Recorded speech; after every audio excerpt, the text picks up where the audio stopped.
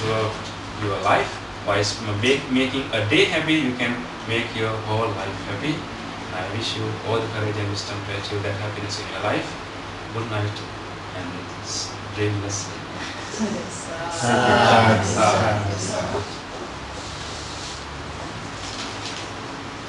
Questions? Yes. Yeah, you can have a question time, and if you really want to clarify some events and routines, we can discuss. Or if you want to know some of the particular routine, how you can spend the Buddhist, you can discuss about that. Basically, Bhante, you are talking about aspiration.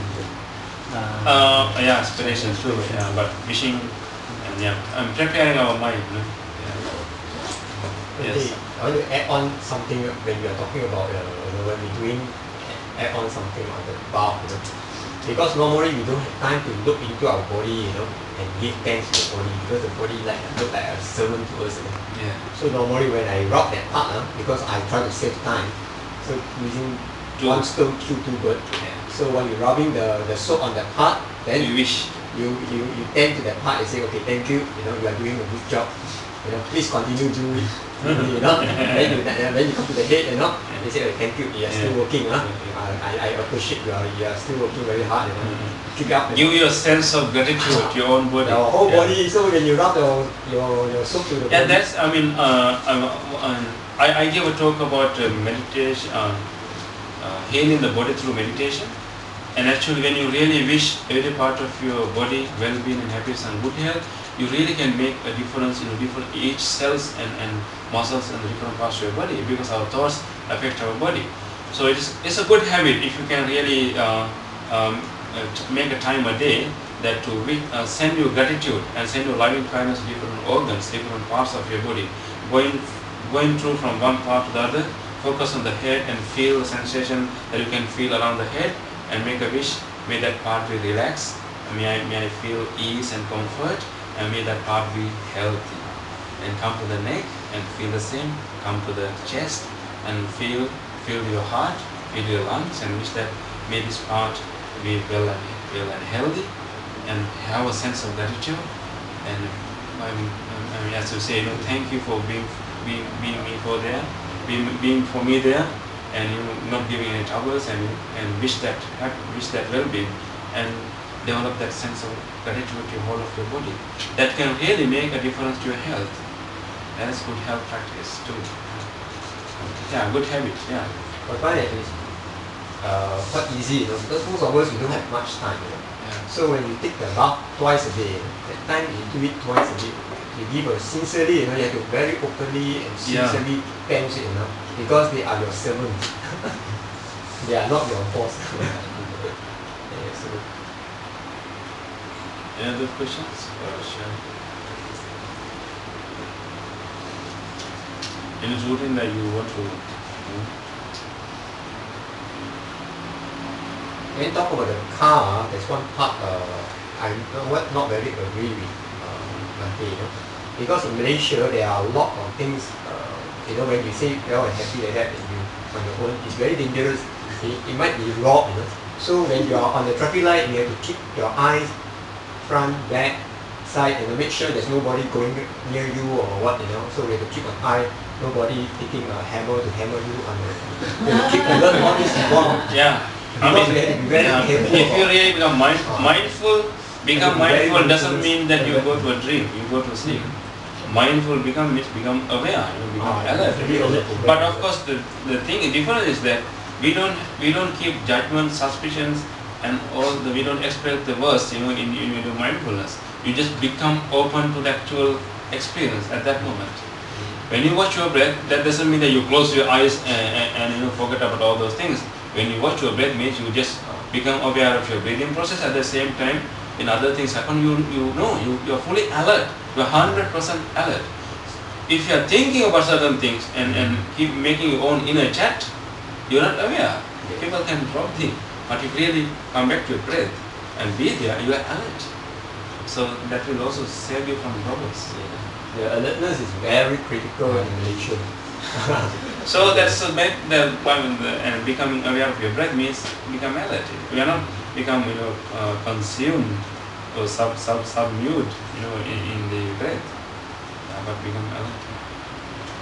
Venerable, just now you mentioned about the virtual angle. Just one thing I'm curious to know, because in virtual dimension, do you still have the karma effect, the cause and effect? Okay, it depends because we have avijja and vyapada, the two terms that refers as the akusala karma, means the bad karma. But it's not like a simple anger, it's not like a simple greed. Because when you say anger, although it's called anger, it's a continuum. First, what really appears in our mind is kind of dislike. If you're not aware of that, and then it grows to a kind of strong resentment. If you're not still aware of that, you go to subtle anger. If you're not still aware of that, you go to anger, like bad anger.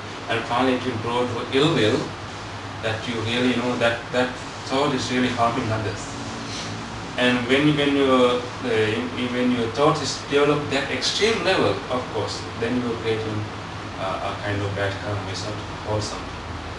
And then case is the same with your desire. When you have initial desire, you like something, that's okay. But it will develop into greater dense, higher with a great gravity. There's one stage called avijja, which means that in that state you really become greedy about others' things. You not only things about belongs to you, but you really become greedy about other things, the things that belong to others. You still have feelings to take them. In that level, it is bad. So it's not. We can simply say that all the virtual, all the the thoughts are going to give you bad results.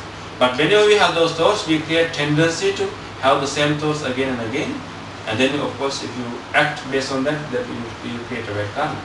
But when you develop that thoughts to a higher level, which is the desire to the avijja level, which is we call extreme greed, something like that, and the anger to a extreme level, and then of course it's already a powerful state to give you bad karma.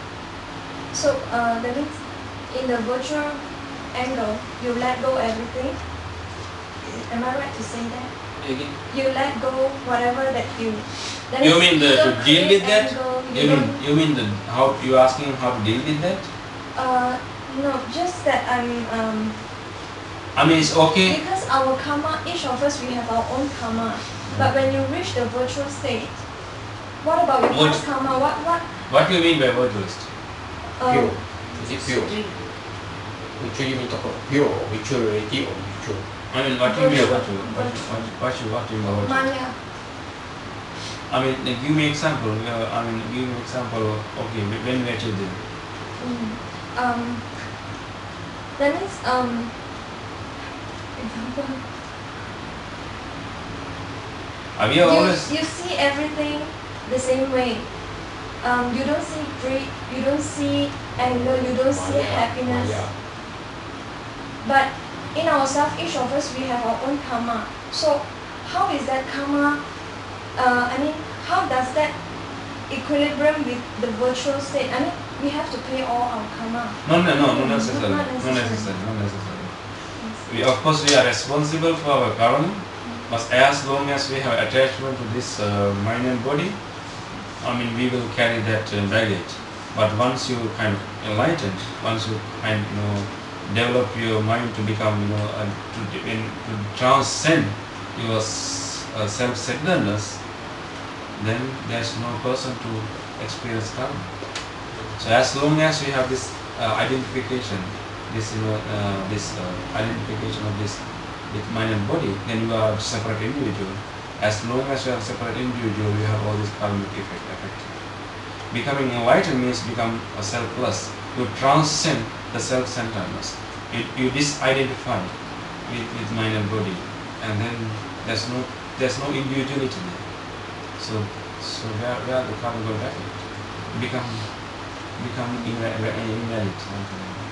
That's what happened to Angulimala and other people.